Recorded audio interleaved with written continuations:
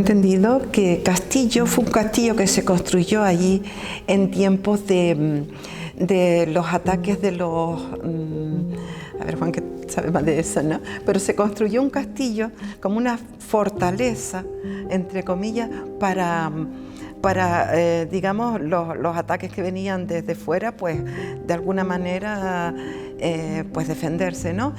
Nosotros lo que creemos, que porque lo que hemos leído, sí, hubo una fortaleza, era una casa fuerte, se llamó castillo, pero era una casa fuerte.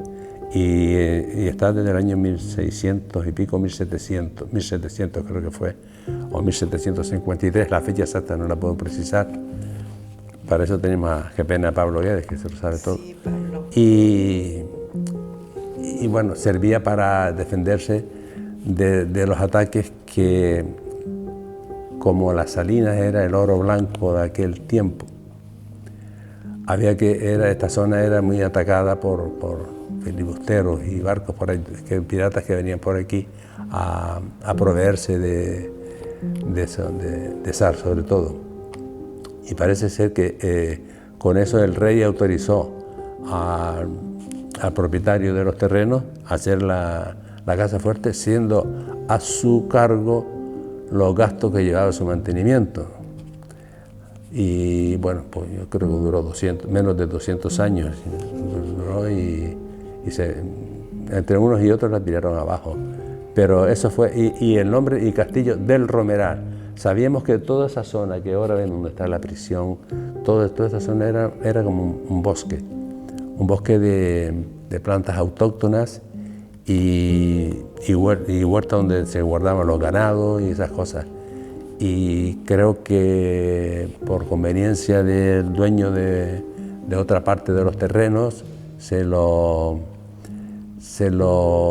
cambiaron al que tenía los ganados.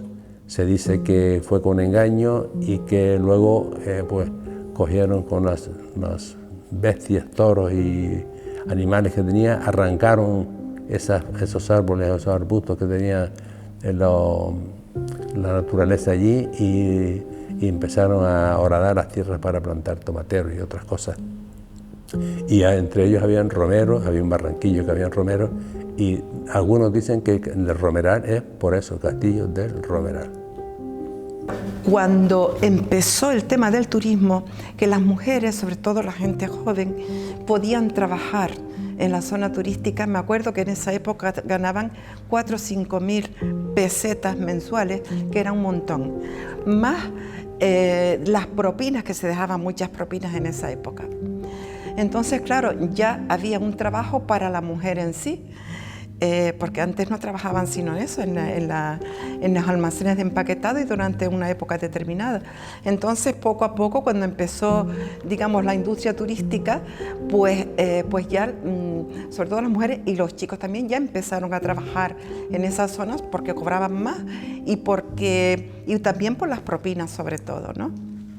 Efectivamente, veníamos de una economía muy pobre, donde las necesidades abundaban y eran cubiertas por los tenderos de los pueblos para que la gente pudiera comer de año a año, y los que vendían la ropa también de año a año, y la gente pues podía, cuando pagaban, cuando el azafre del tomate les iba bien, podían pagar, y si no, se lo quedaban a deber para el siguiente, con lo que la deuda aumentaba y ellos tenían que seguir comiendo. Las aportaciones de los padres que no trabajaban en los tomateros y en el pescado nunca fue suficiente en la época que nosotros vivimos, y siempre había una pobreza que nos permitía que la gente aquí no tuviesen coches, pero que la luz llegó muy tarde, no podíamos tener electrodomésticos, y luego a la hora de comenzar el turismo, si bien nos cogió sin preparación, ni siquiera en la albañilería, esa economía era así de débil y nos cogió sin prepararnos. De ahí que las profesiones mejor remuneradas no eran para nosotros, hasta que más tarde ya hubieron otros planes de formación que se fueron la gente preparando y accediendo, bueno, surgieron albañiles, de todo lo que hace falta para la construcción, fueron surgiendo y fueron aprendiendo y fueron ganando dinero. Pero eso, después de eso, esa parte, una vez construido, llegó también la ocupación, el turismo en sí. Y quién venía a trabajar de camarero, de maître y todos esos cocineros y tal, pues venían gente de fuera de aquí, porque los de aquí no sabían. Entonces, el que iba a venir al hotel, el dueño de un hotel, traía a su chef, digo la península porque es así, no por otro. Y ese traía también su personal más cualificado. Y aquí, los nuestros, pues, muchos empezaron a fregar platos y todo ese tipo de cosas, aprendí y estas cosas.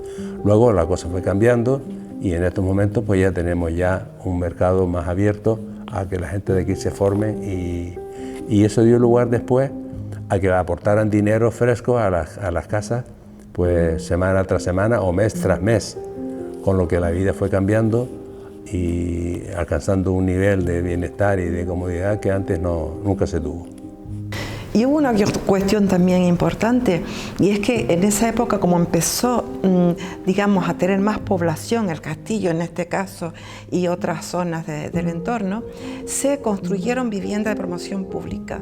En el año 1960, creo que fue, que se construyeron 120 viviendas de promoción pública, porque ya empezó, digamos, a crecer la población de la zona. Hubo una época en la que vinieron 3 monjas y 2 sacerdotes que fueron un poco los pioneros a la hora de desarrollar en el pueblo ciertas inquietudes de tipo social y de tipo más de ayuda entre nosotros, ¿no?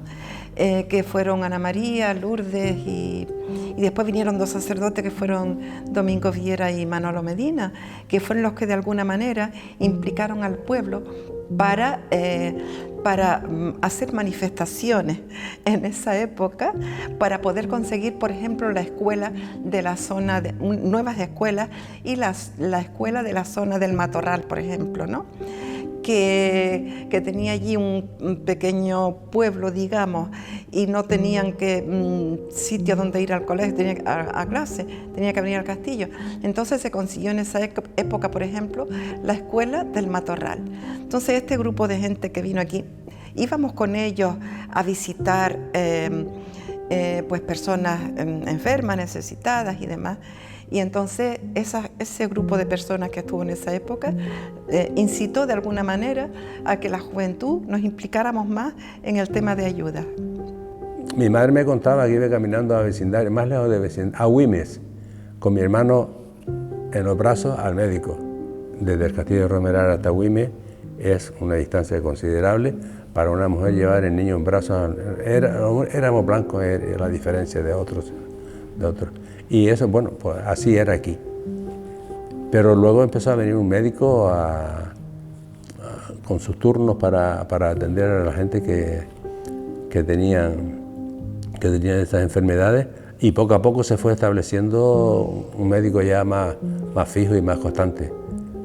Pero, y sigue, o sea, las necesidades siguen, pero fue poco a poco. Un médico donde estaba el primero, no había un lugar oficial para tener el médico, sino en una casa alquilada, prestada o de alguien, pero en fin, hubo, hasta que llegó uno que se quedó a vivir aquí, que fue don Mariano, creo que fue el primero. Sí.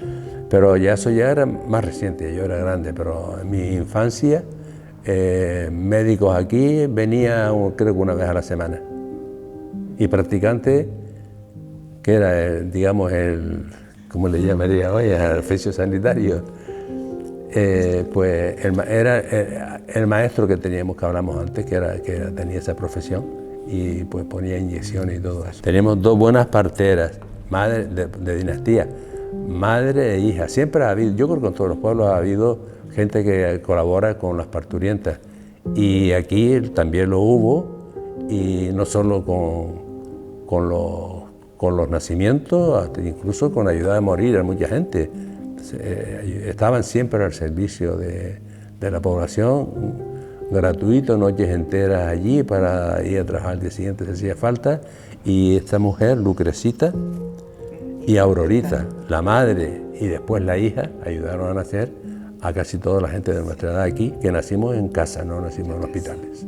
Nosotros creamos una asociación, nosotros, un grupo de personas inquietas por las necesidades del pueblo, creamos la asociación que se llamaba, y le pusimos Aurora Sánchez Bolaños, que fuera una de esas parteras que hablamos antes, y porque esa mujer se implicó en la constitución de la parroquia, en la primera escuela, tenía agallas para reprocharle al gobernador civil y al obispo, si fuera necesario, pedirle que atendiera más al pueblo en algunas cosas de esas.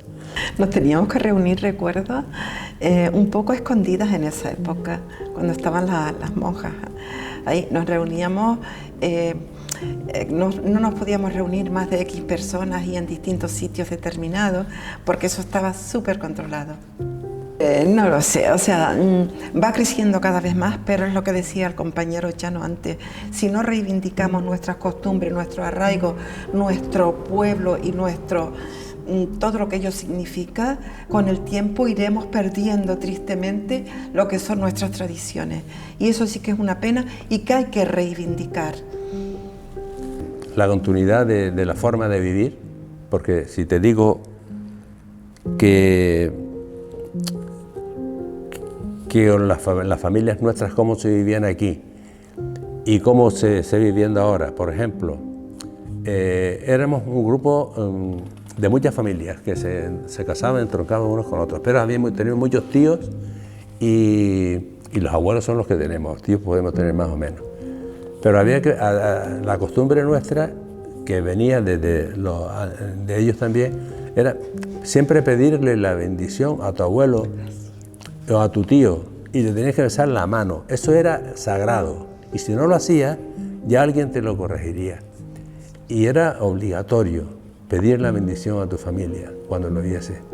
Pues, poquito a poco, pero no es culpa de la gente que viene, sino que el mundo avanza hacia esa falta a ese olvido de esas tradiciones, y así nos vamos parapetando. Pero la continuidad de esto en 20 años no va a modificarse mucho. Primero, porque mientras no haya gente capaz de conservar estas tradiciones, como ya nos dijo antes, nosotros de aquí nos ha faltado todo. Estamos hablando de un espacio donde había unas salinas maravillosas, unas construcciones que servían de anexo para la salina, molinos, incluso había molinos de gofio y molinos de vela para hacer gofio, y ya no está. Había molino de agua también para regar salinas, ya no está. Había almacenes para almacenar la sal y una cosa bonita, y no hay nada. Lo destruyeron todo con la autorización o el permiso, lo que fuera, de los que mandaban en aquel momento, que no tenían ni pizca de conciencia. Claro, es que la seguridad en las calles, la seguridad en el pueblo, porque yo recuerdo que antes la gente, cuando hacía calor, se dormía en las aceras, se dormía con las puertas del zaguán abiertas y no pasaba nada. Se le ponía la talamera, que se decía antes, a la puerta para abrir o cerrar, y a veces se dejaba abierta y no pasaba nada. Entonces esa inseguridad que se vive en este momento, ya no solo en mi pueblo, yo digo, pero eso es lo que reivindicaría. Estamos siendo irrespetuosos con el ser humano a todos los niveles, y eso sí que yo no sé quién puede solucionar eso, pero sí hay que poner remedio a tanta falta de respeto. Que no hay que rendirse ante las circunstancias.